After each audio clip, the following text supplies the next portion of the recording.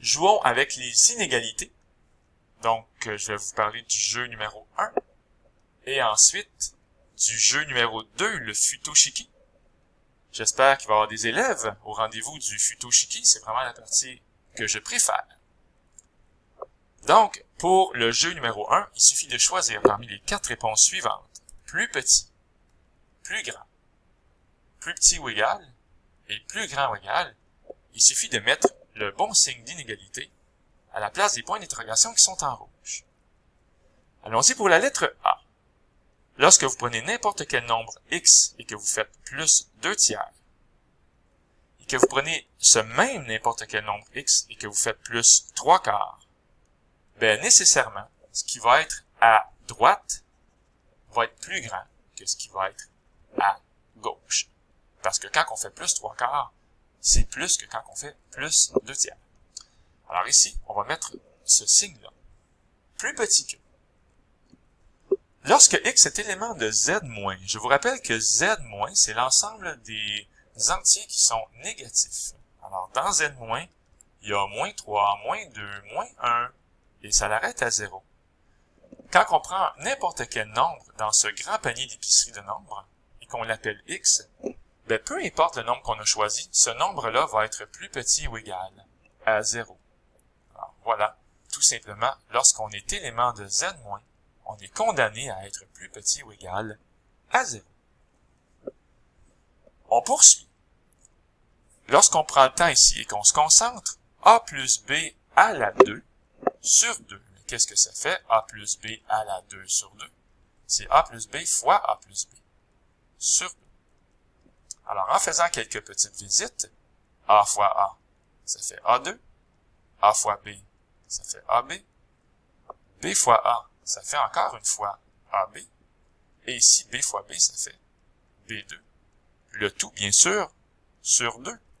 On réalise que ça donne a2 plus 2 fois ab. Alors, certains élèves, malheureusement, ont tendance à oublier ça. 2 fois ab. Plus b2 sur 2.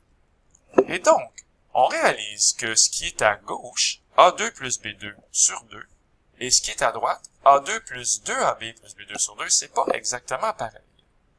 Alors, bien sûr, il y a des choses qui sont communes. Il y a le a2, il y a le b2, on a ça ici et on a ça là, mais en plus, on a un petit extra là. Le 2ab sur 2, il est à droite, mais il n'est pas à gauche. Et donc, ça va être comme ça qu'il faut mettre notre signe d'inégalité. Donc, ce qui va être à droite, ça va être plus grand. Parce que lorsque je fais 2 fois a fois b divisé par 2, je suis en train de prendre des nombres qui sont des entiers positifs. On est élément de n étoilé lorsque quoi?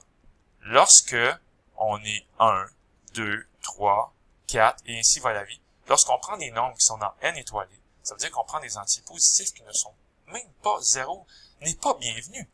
Donc, lorsque je prends un nombre a et un nombre b qui sont là-dedans, et que je fais 2 fois a fois b divisé par 2, ben clairement, ça va contribuer. Et ce qui va être donc à droite va être plus grand que ce qui va être à gauche.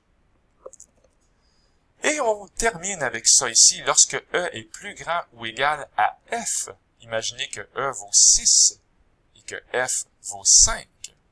Alors, on va faire, on prend une pause, on réfléchit. J'ai dit E est plus grand ou égal à F, et c'est exactement le cas. 6, il est effectivement plus grand ou égal à 5. J'ai pas pris n'importe quel nombre quand même. Donc, lorsqu'on fait E moins F, ça nous donne 6 moins 5, ce qui fait 1.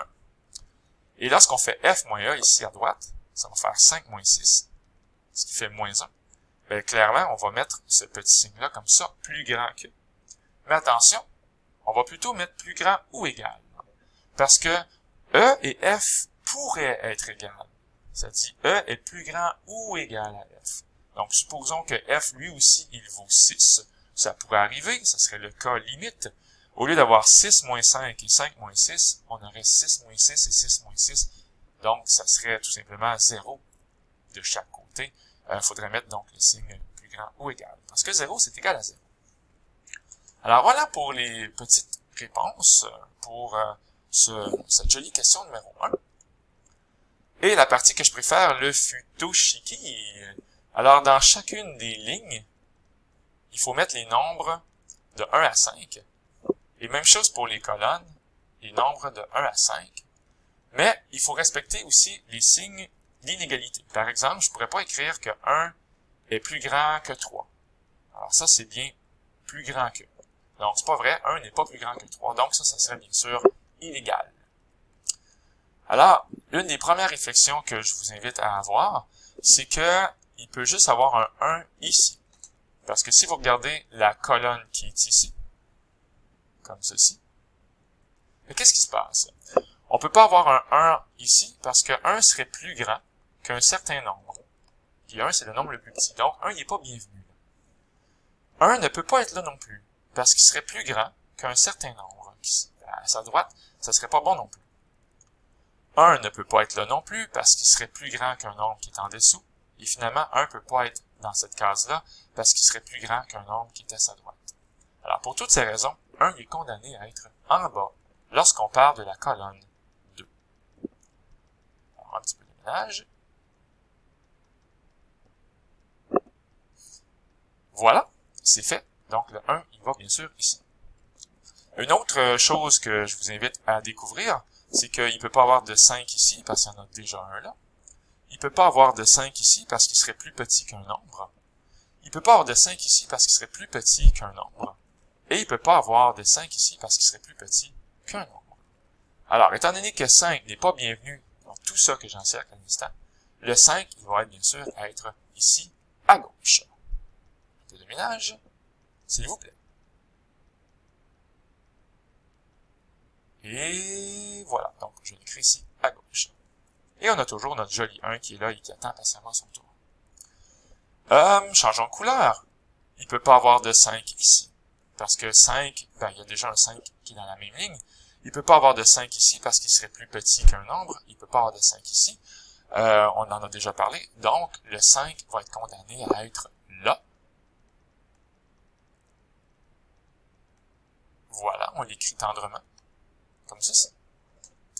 Je m'intéresse maintenant à la séquence qui est ici. On a un certain nombre qui est plus grand qu'un certain nombre, qui est plus grand qu'un certain nombre, qui est plus grand qu'un certain nombre.